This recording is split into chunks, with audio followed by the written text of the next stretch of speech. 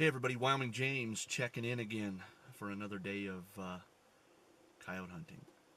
So it's another one of those days. It's actually a Friday, but because of the way our school system is set up, I was able to spring this guy because there's some kind of teacher work day or something going on.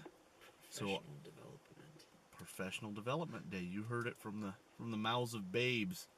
So our elk killing friend Mason has no school today, so he got a hold of me and said, hey, here's what we're doing. We're going coyote hunting. So I had no choice. I had to come.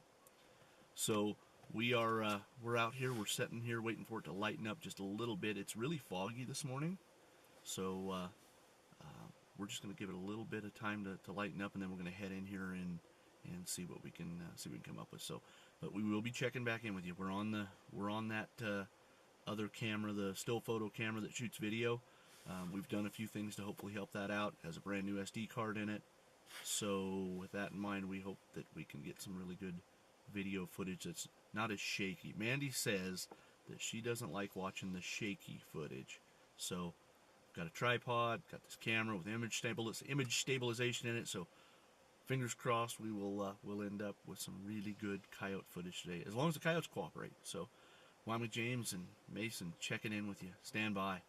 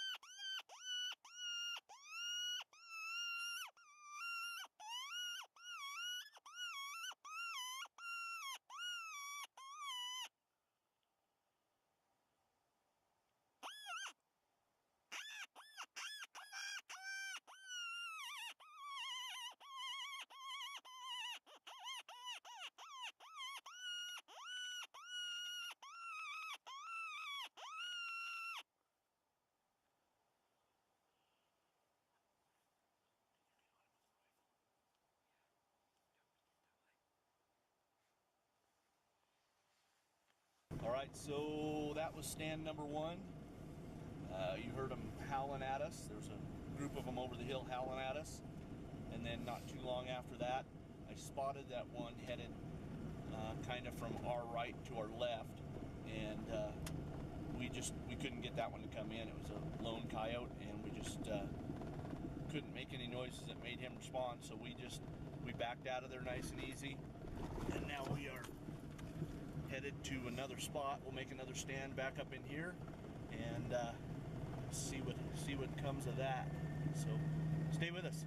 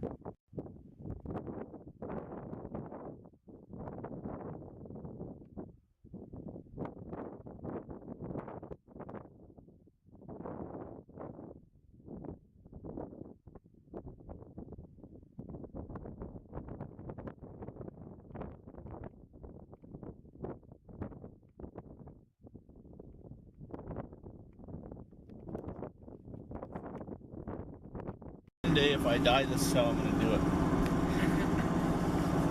By selfie videoing.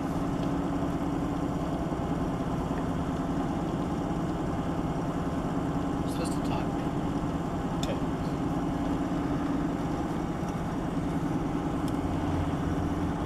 Alrighty, well, that is the end of that little deal. We went down there, made that last stand. It's getting later in the day. It's on towards 3 o'clock now.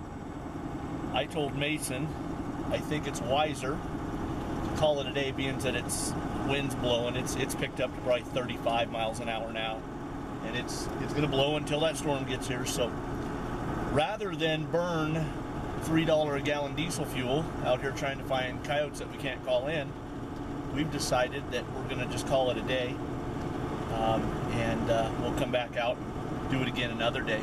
But so that's it. We had a good day. We didn't, like I said, we didn't totally get skunked. We saw one right off the bat, heard some, then saw one right off the bat. But I'm not the coyote ninja. Right there. Turn around. Oh, Did I right. not call it? So he just spotted one. I don't know how we're gonna do this, but oh no, we're turning this thing around. We're gonna go snipe that thing.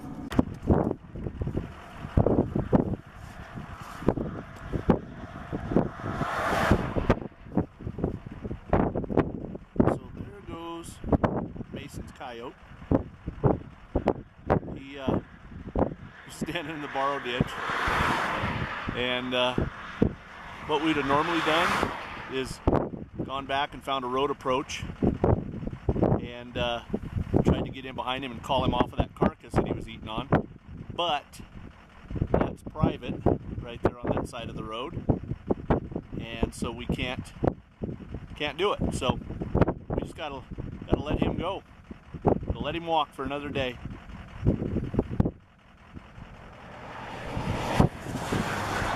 That's how it goes with those road coyotes.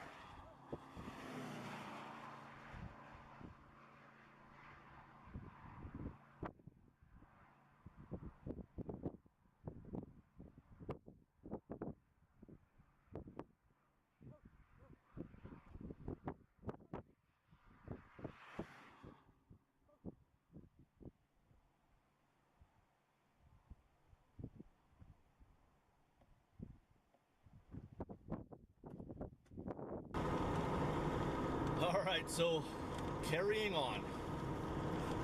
Turns out Mason's spotted coyote, as you saw, he wasn't real scared because he knows that he doesn't get shot on the highway. So if that had been public land beyond him, we'd have probably made a run for him. We'd have probably gone in around behind him on some kind of public access and tried to call him away from that carcass, which I don't know if we'd had much luck at that, but nonetheless. So got some pretty cool footage of a coyote there. The wind was howling, of course vehicles going by, so I don't know how well it'll turn out, but nonetheless, got some coyote footage for you folks to enjoy.